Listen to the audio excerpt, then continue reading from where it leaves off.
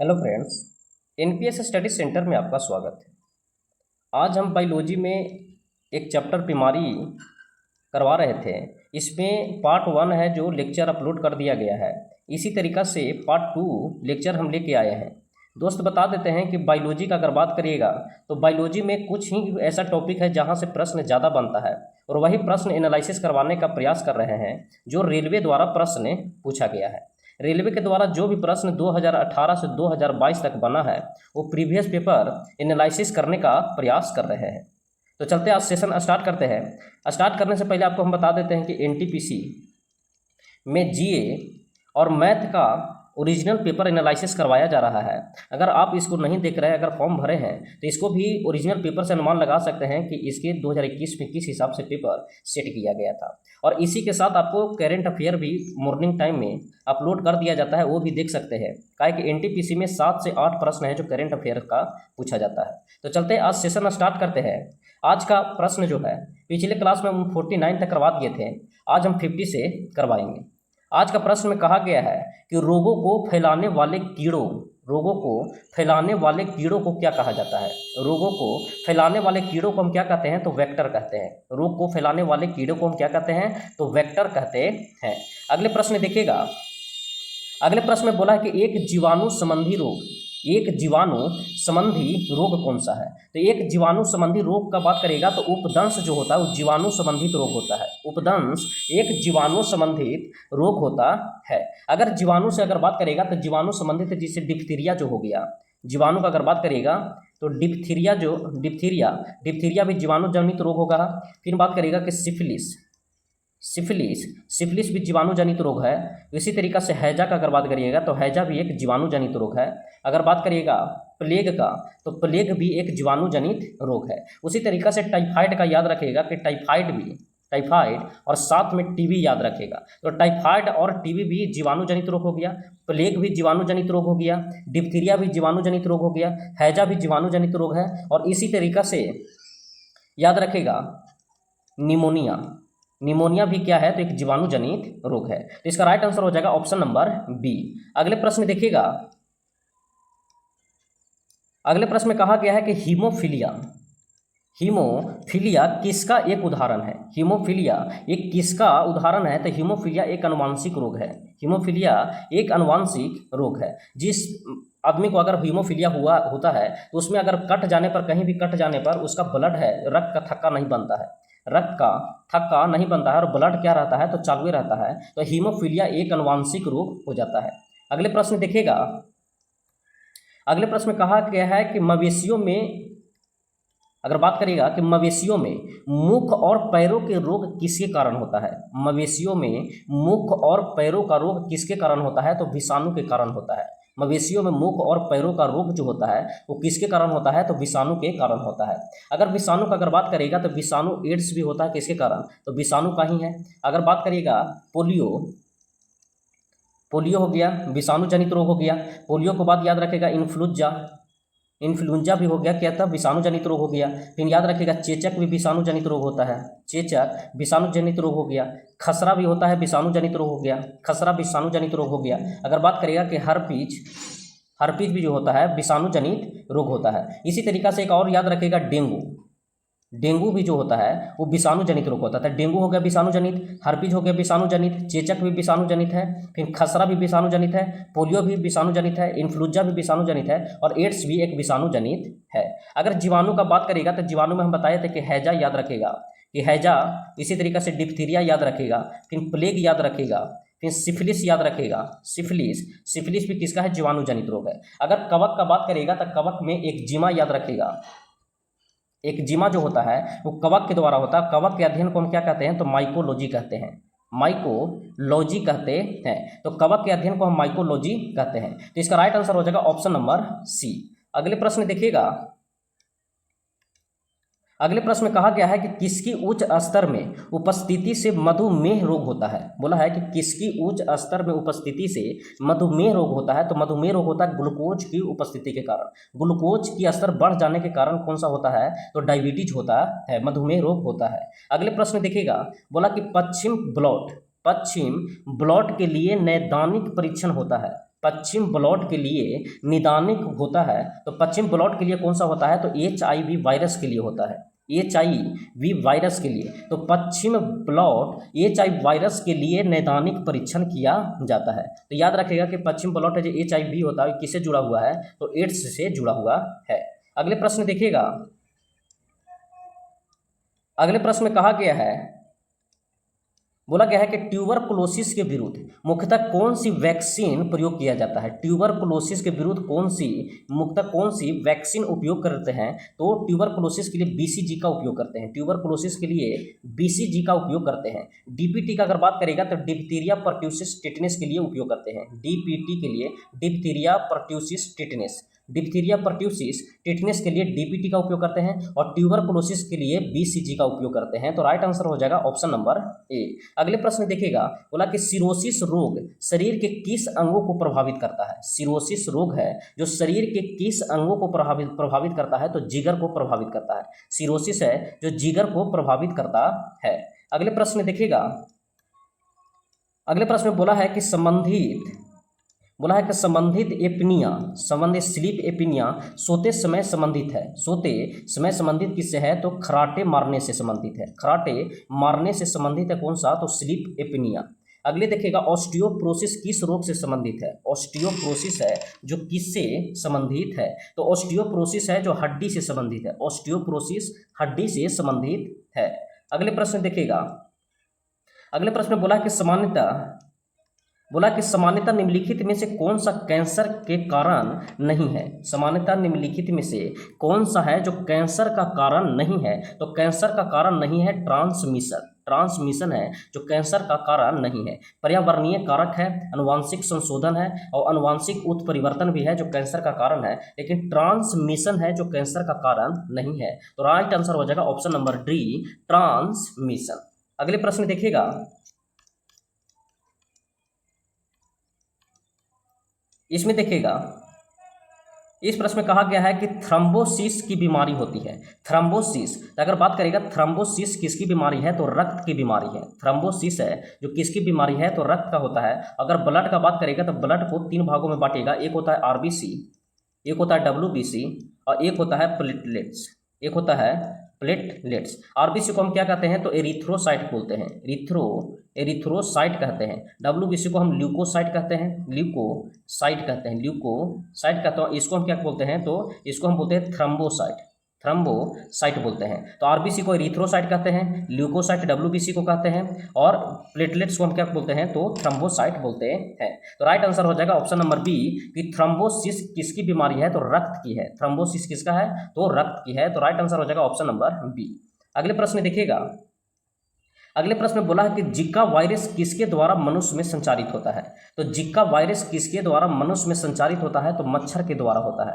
मच्छर के द्वारा जिका वायरस मनुष्य में संचारित होता है। अगले प्रश्न देखिएगा, बोला है कि जब मानव के शरीर का तापमान सामान्यतः शारीरिक तापमान से लगभग 2 से 3.5 फ़ारेनहाइट कम हो जाता है, तो इस स्थिति को कैसे माना जाता है। बोला है कि जब मानव के शरीर का तापमान सामान्य शारीरिक तापमान से लगभग 2 से 3.5 फ़ारेनहाइट कम हो जाता है, तो इस स्थिति को क्या माना जाता है, तो हाइपोथर्मिया माना जाता है।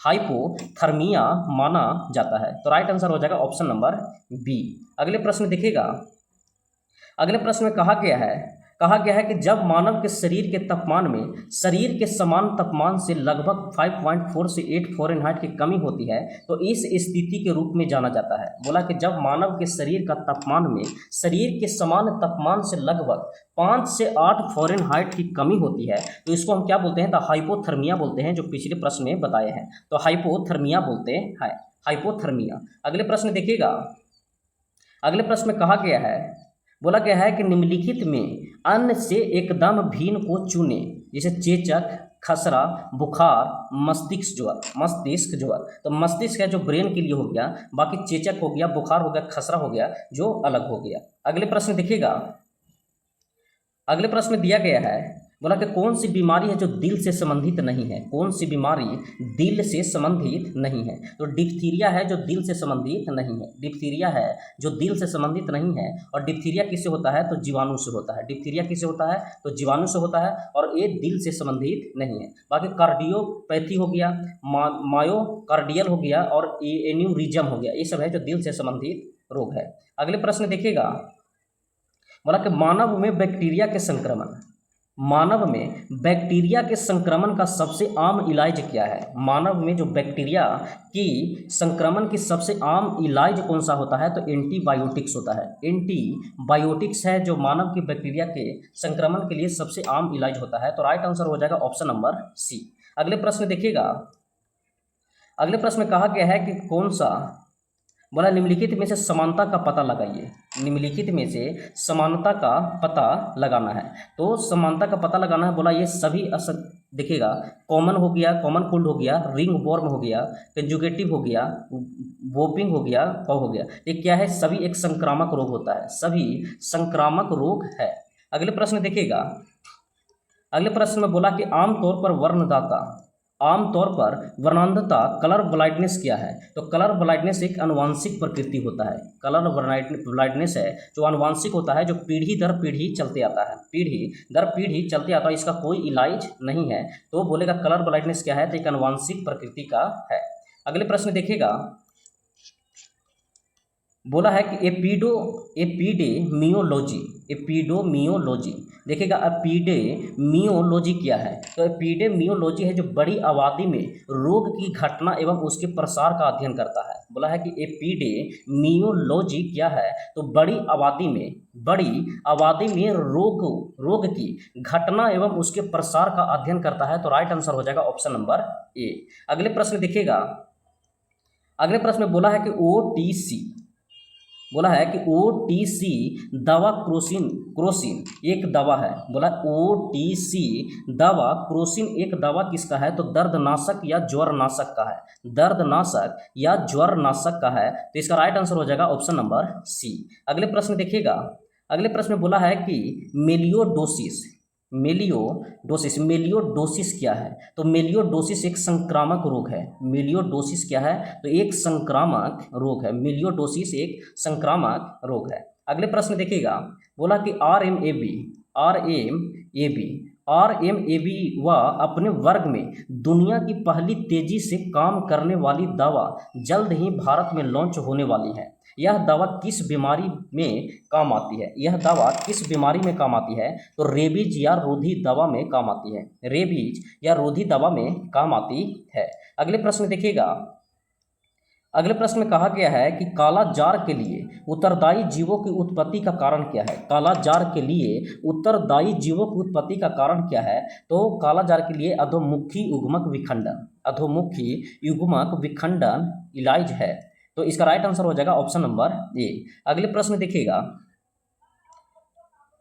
बोला हीमोफीलिया क्या है। बोला है कि हीमोफीलिया क्या है। तो हीमोफीलिया के बारे में हम बताए थे कि हीमोफीलिया एक आनुवांशिक रोग हो जाता है। हीमोफीलिया एक क्या है, तो हीमोफीलिया एक आनुवांशिक रोग है। तो हीमोफीलिया एक आनुवांशिक रोग है और यह एक रोग है जो रक्त के थक्का उत्पन्न करने वाले कारकों के लिए जिम्मेदार जीन की अनुपस्थिति के कारण होता है। तो राइट आंसर हो जाएगा ऑप्शन नंबर ए।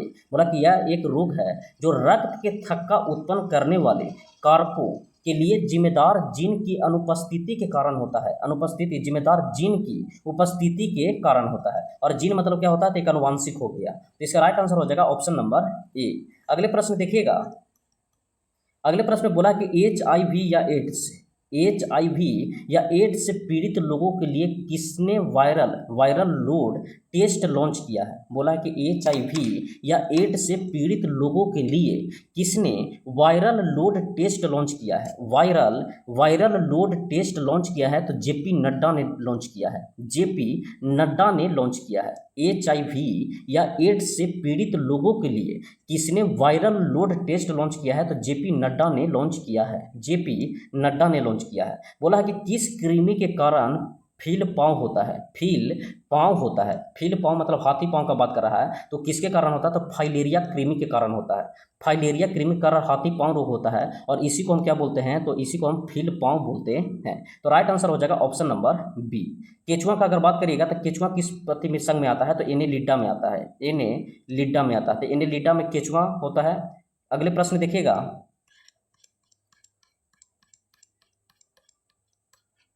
इस प्रश्न में देखिएगा, इस प्रश्न में कहा गया है कि मलेरिया को उपयोग द्वारा ठीक किया जा सकता है। मलेरिया को किसके उपयोग के द्वारा ठीक किया जा सकता है, तो कुनैन का उपयोग करके हम ठीक किया जा सकता है। तो कुनैन है जो एक मलेरिया का दवा है, तो मलेरिया को कुनैन के द्वारा हम ठीक किया जा सकता है। अगले प्रश्न देखिएगा, बोला कि कौन सा दाद का कारण होता है, कौन सा दाद का कारण होता है, तो फफूंदी है जो एक दाद का कारण होता है, फफूंदी दाद का कारण है। अगले प्रश्न देखिएगा, बोला कि एंटीबायोटिक्स क्या है, बोला है कि एंटीबायोटिक्स क्या है, तो एंटीबायोटिक्स एक फफूंद और फफूंद जैसे जीवों से तैयार की गई एक दवा है। एंटीबायोटिक्स है जो एक फफूंद और फफूंद जैसे जीवों से तैयार की गई एक दवा है एंटीबायोटिक्स। तो इसका राइट आंसर हो जाएगा ऑप्शन नंबर सी। बोला है कि पोलियोमाइलाइटिस, पोलियोमाइलाइटिस की वजह से होता है, पोलियोमाइलाइटिस किसकी वजह से होता है, तो ये विषाणु की वजह से होता है। पोलियोमाइलाइटिस किसकी वजह से होता है, तो विषाणु की वजह से होता है। अगले प्रश्न देखिएगा, अगले प्रश्न बोला कि शरीर के जोड़ों में, बोला कि शरीर के जोड़ों में गठिया रोग निम्नलिखित में से किसके जमाव से होता है। शरीर में गठिया रोग होता है जो यूरिक अम्ल के जमाव के कारण होता है, यूरिक अम्ल के जमाव के कारण होता है। अगले प्रश्न देखिएगा, अगले प्रश्न में बोला है कि मिलावटी सरसों, बोला है कि मिलावटी सरसों के तेल में पके भोजन की खाने वाले लोगों में होने वाली खतरनाक ड्रॉपसी का कारण निम्न में से कौन सा एक नहीं हो सकता है।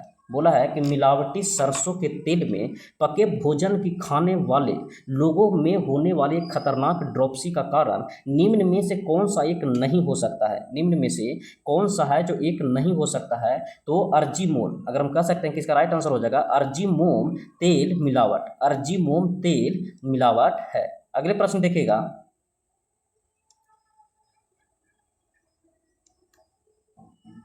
इस प्रश्न में देखिएगा,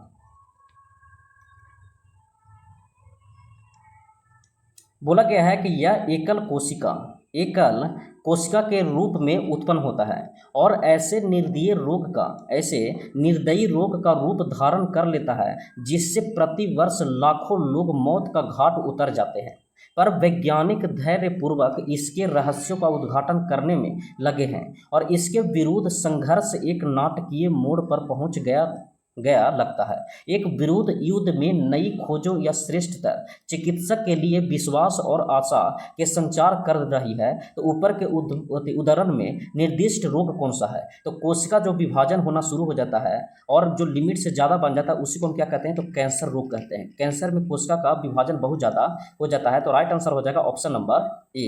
अगले प्रश्न देखिएगा, अगले प्रश्न में कहा गया है, बोला है कि जैविक रूप से संश्लेषित नैनो कणों के उपयोग एक नई पारिस्थितिकी मित्र तकनीकी है जिसके कैंसर उपचार में बड़ी संभावनाएं हैं और इस तकनीक में एक पौधे के निचोड़ का उपयोग करता है। तो ये पौधे कौन सा है, बोला है कि जैविक रूप से संश्लेषित नैनो कणों का उपयोग एक नई परिस्थितियों मित्र तकनीक और जिसके कैंसर उपचार में बड़ी संभावनाएं हैं और इस तकनीक में एक पौधे के निचोड़ का उपयोग करता है। ये पौधे कौन सा होता है, तो पार्थिनियम होता है, पार्थिनियम होता है। इसका राइट आंसर हो जाएगा पार्थिनियम, जो ऑप्शन नंबर बी में है। अगले प्रश्न देखिएगा, अगले प्रश्न में बोला कि प्लाज्मोडियम परजीवी है, प्लाज्मोडियम परजीवी वाहक होता है। तो प्लाज्मोडियम परजीवी मच्छर का वाहक है, मच्छर एक वाहक है प्लाज्मोडियम का। तो प्लाज्मोडियम परजीवी का वाहक कौन सा होता है, तो मच्छर होता है। मलेरिया तथा डेंगू में निम्नलिखित में से उभयनिष्ठ नहीं है, मलेरिया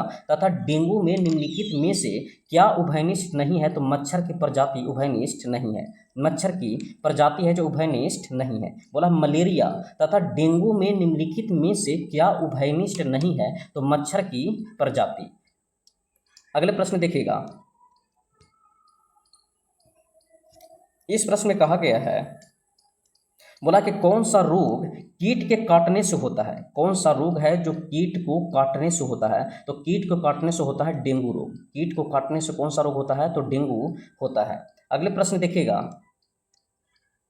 अगर यहाँ बात करेगा कि डेंगू का एक वाहक मच्छर जो होता है उसको हम एडिज मच्छर बोलते हैं, एडिज मच्छर बोलते हैं। स्कर्वी हो गया विटामिन सी से, स्कर्वी विटामिन सी से। अगर निमोनिया का बात करेगा तो निमोनिया एक जीवाणु कारक रोग है, जीवाणु कारक रोग है निमोनिया, ठीक है। स्कर्वी हो गया विटामिन सी और डेंगू हो गया कौन सा, तो एडिज मच्छर से।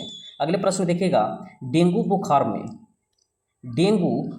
में मानव के शरीर में किसकी कमी हो जाती है। डेंगू के बुखार में मानव के शरीर में किसकी कमी हो जाती है, तो प्लेटलेट्स की कमी हो जाती है। प्लेटलेट्स गिरने लगता है किसके कारण, तो डेंगू जब होता है तो प्लेटलेट्स की कमी हो जाता है। तो राइट आंसर हो जाएगा ऑप्शन नंबर ए। अगले प्रश्न देखिएगा, अगले प्रश्न में कहा गया है, इस प्रश्न में बोला कि उस वैज्ञानिक का नाम बताइए जिसने यह खोज की थी कि मलेरिया प्लाज्मोडियम नामक परजीवी से होता है। बोला कि उस वैज्ञानिक का नाम बताइए जिसने यह खोज की थी कि मलेरिया प्लाज्मोडियम नामक परजीवी से होता है। तो खोजा था सर रोनाल्ड रॉस ने, मलेरिया मैन कहा जाता है रोनाल्ड रॉस को। अगले प्रश्न देखिएगा, अगले प्रश्न में कहा गया है कि कौन सा रोग है जो प्रोटोजोआ द्वारा होता है। कौन सा रोग है जो प्रोटोजोआ के द्वारा होता है, तो मलेरिया है जो प्रोटोजोआ के द्वारा होता है। मलेरिया है जो प्रोटोजोआ के द्वारा होता है। अगर प्रोटोजोआ की बात करेगा तो काला जार भी प्रोटोजोआ के द्वारा होता है, काला जार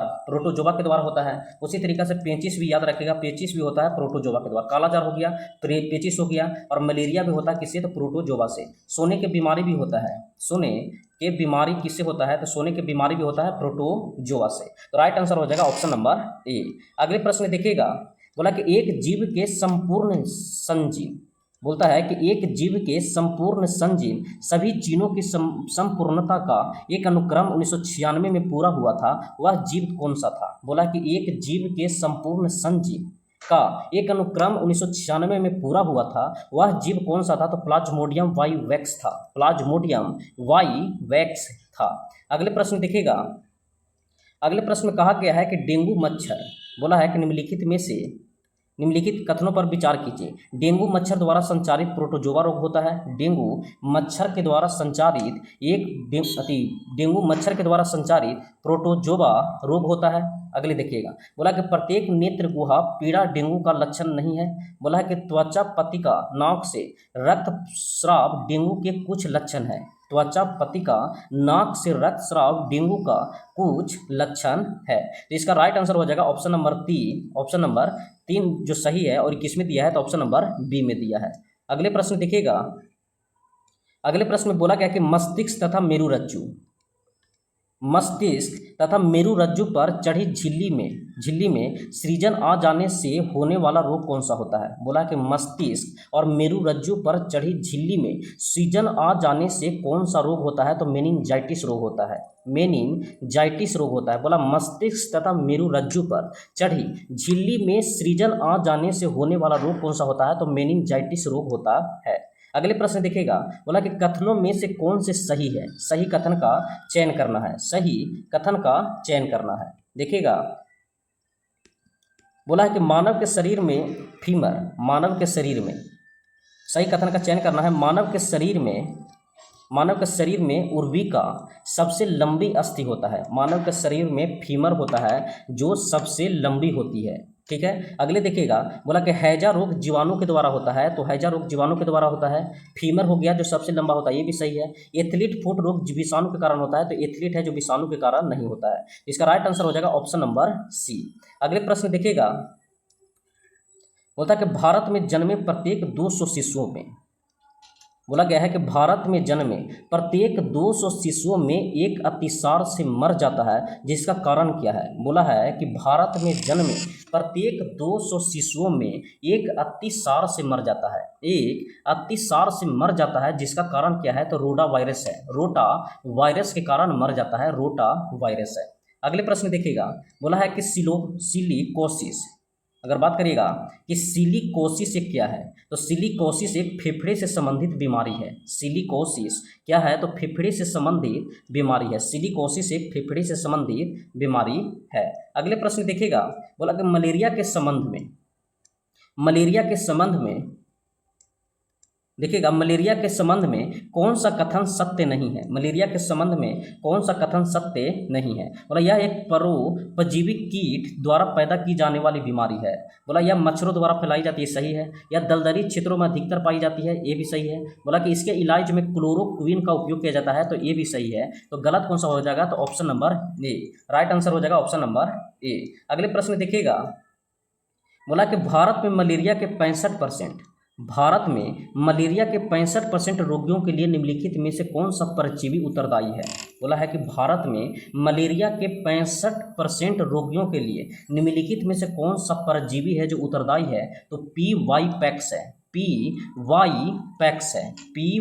पैक्स है जो 65% रोगियों के लिए परजीवी उत्तरदायी है, PY पैक्स। तो राइट आंसर हो जाएगा ऑप्शन नंबर बी। अगले प्रश्न देखिएगा, इस प्रश्न में कहा गया है कि रोगों में कौन है जो टाइगर मच्छरों द्वारा संचालित नहीं होता है? रोगों में कौन सा है जो टाइगर मच्छरों को द्वारा संचालित नहीं होता है? तो टाइगर मच्छरों को द्वारा संचालित नहीं होता है, वो कौन सा रोग होता है? तो जापानी होता है। कौन सा?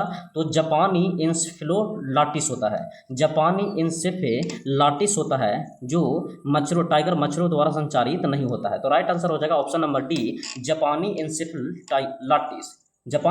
इंसेफेलाइटिस होता है।